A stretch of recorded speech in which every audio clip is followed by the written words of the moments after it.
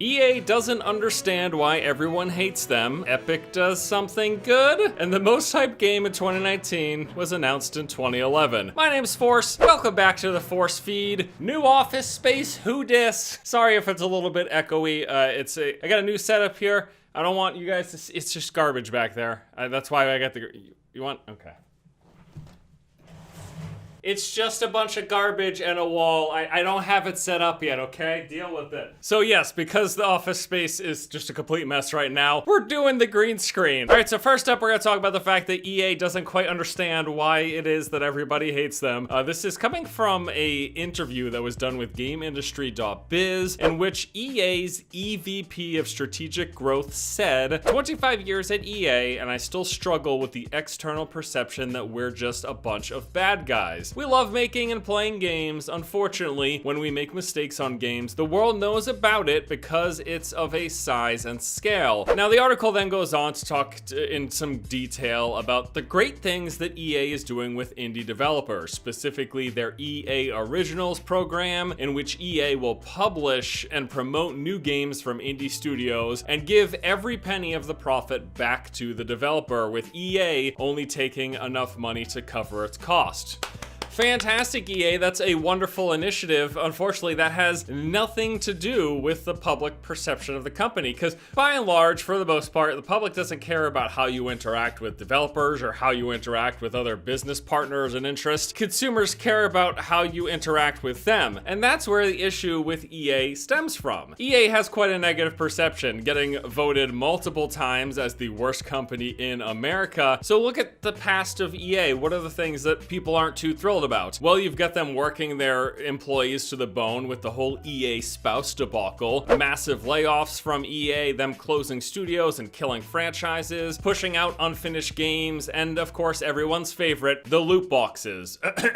Excuse me, surprise mechanics. So yeah, there's like a list of reasons why people don't love EA, and they're fair grievances. But I think the other side of this, maybe we're misreading what this person is saying. When they say, I still struggle with the external perception that we're just a bunch of bad guys, I don't even really think it's necessarily that he struggles to understand the reasons, because you'd have to just be, well, not that smart. It could actually, and most likely means that he struggles like it's difficult. As someone who works for EA, he wants to feel like the company he works for does a lot of good, and that's why a majority, like the entire article actually, is focusing on their interaction with indie developers between the EA Originals program and helping them with like the potential future of video game streaming. Like, yeah, it's great that you guys do some good stuff, but the good stuff that you do doesn't negate the bad stuff that you do, especially if the good stuff that you do, it doesn't pertain to us, the video game players and the consumers. It pertains to how you're interacting with other business people. Like, let's be honest here, that's what it is. There's two sides to this. Like, yes, EA, they've done a lot of like anti-consumer things or things that just video game players haven't been too thrilled or happy with. They do some good stuff too, so that's great. Kudos to you. Just people are tired of your surprise mechanics and killing off franchises and closing studios. And moving on to the next story, let's talk about Epic Games, the Epic Games Store. General negative consensus around the store and them buying off exclusives and all this stuff. Well, they're doing something good. We got a new headline coming out talking about the fact that Epic will be funding the cost of all Kickstarter refunds for Shenmue 3. So if you didn't pay attention to this, basically a bunch of backers of Shenmue 3 got mad at the fact that it was becoming an Epic Games exclusive. They backed it on Kickstarter. Really, they're a large part of the reason why it even exists for Epic Games to purchase as an exclusive in the first place, and people don't like the Epic Games Store. There's a huge list of reasons. We've talked about it a billion times. People hate the fact that Epic Games are just buying off these titles and making them exclusive to their store, and so as a result, a portion of the people who kickstarted and paid towards Shenmue 3 are requesting a refund. Well, Epic has stepped in and said that anyone who requests a refund, they will actually be reimbursing the developer of Shenmue 3 so that they don't lose funding for the development of the game. It actually such a funny situation because it directly relates to the last story that we talked about. Epic Games doing a good thing for the developer of this game, Shenmue 3, while completely ignoring the concerns of the consumers. I guess people have a right, if they backed this game with the notion that it would be available everywhere or not exclusive to a single store or whatever, they have the right to be upset. I suppose they have the right to request a refund refund. That's a bit of a stretch for me. If I back a game, it's because I'm interested in playing the game, regardless of where the game launches. But again, I understand that there's a lot of hate for the Epic Games Store, so I'm not surprised that this is happening. Even though Epic is doing something good by the developers, it's kind of ignoring the consumer concerns with the exclusivity in the first place. What the consumers and the people asking for those Kickstarter refunds really want is Shenmue 3 not to be exclusive to the Epic Games Store. That is what they really want. And Epic is just saying, all right, whatever, do your refunds. We'll just, whatever money you refund, we're just gonna pay right back to the developer. So it's kind of a slap in the face to the people who backed the game. Again, we could argue that a large part of the reason, if not the only reason, that Shenmue 3 started developing and getting to the point that it did where Epic was interested in purchasing it for exclusivity is because of those backers. So to just say, we don't care, we have enough money to replace anything that you refund, yeah, God, that kind of stings. Yeah,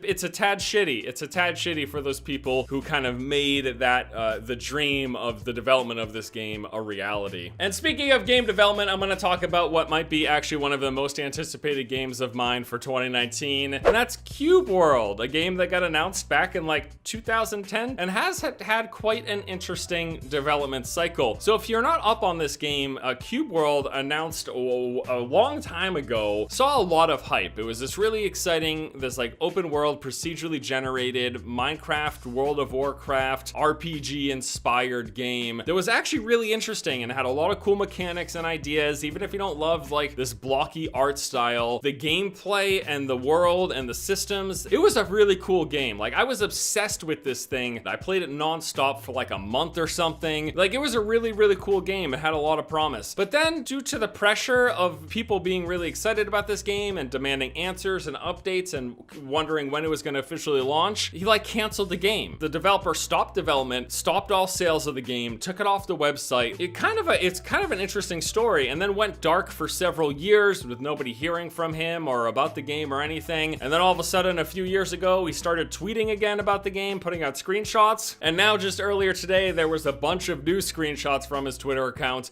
detailing some of the things that they're working on. So it is just a weird freaking story. Like, the whole saga of Cube World it's just baffling. And it's, you know, I think what's most interesting to me though is even after all this time and kind of all this disappointment, people are still hyped. Like, look at the tweets that he sent out just a few hours ago. They're already like thousands of likes and retweets. Like, it's actually crazy that people are still this excited for this game. And I guess that just shows you how great of a premise that it was. It was a really interesting, unique combination of things with the procedural world and these deep RPG elements and mechanics. It's a really good freaking game, and I really hope that he actually keeps going and continues development with it. Yeah, I still think it could be something special, even though it's taken like 7+ years to come out, and we don't even know. This thing might still not even launch till like 2022 for all I know, but I guess I'm happy to hear that they're still working on it. I just want them to wrap it up and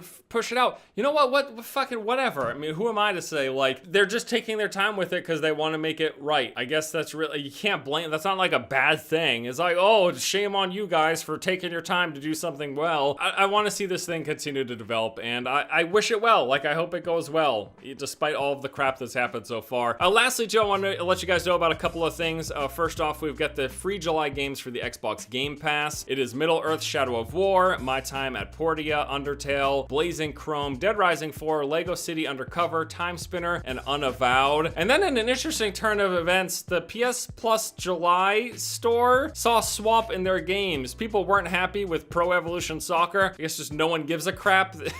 So they decided to replace that, and instead Detroit Become Human is going to be one of the other PS Plus July games. I don't know if I've ever seen anything like this happen. They're like, you guys don't like the free game we're giving you? Fine. We'll go ahead and give you something else. It's a weird story. So here we go, guys. New office, a new setting. I took a few days off because frankly, moving frickin' sucks. Like, I spent literally 4 days moving my stuff, but I got a new setup. I think it's probably still a little echoey in here. Hello? Hello? Yeah, it's probably a little echoey. I'm putting up sound panels and getting everything situated. And we should be back churning out them videos starting right now with this video. Oh, and that I know the I keep getting a lot of comments on the hat. It's gonna stay until I get a haircut. I've just been too busy, okay? You deal with the hat so you don't have to deal with emo force. Okay? I just had enough of that when I was 16. Crawling in my skin. Because the office space is just a complete mess right now, we're doing the green screen. I got my second green screen set from Elgato. They also sent me this little stream deck thing. I can push these buttons and something happens. And wait, best of all, this amazing lighting that you see is courteous of the Elgato key lights. Check this out. I can like turn it up really, really bright. Look good. And I could change the colors. It's like cool tone blues, or we could go to the yellow tones, eh? This isn't a sponsored video, I swear, but they just sent me this stuff, so I'm like, you know what? I'm just gonna show you guys. Surprise mechanics.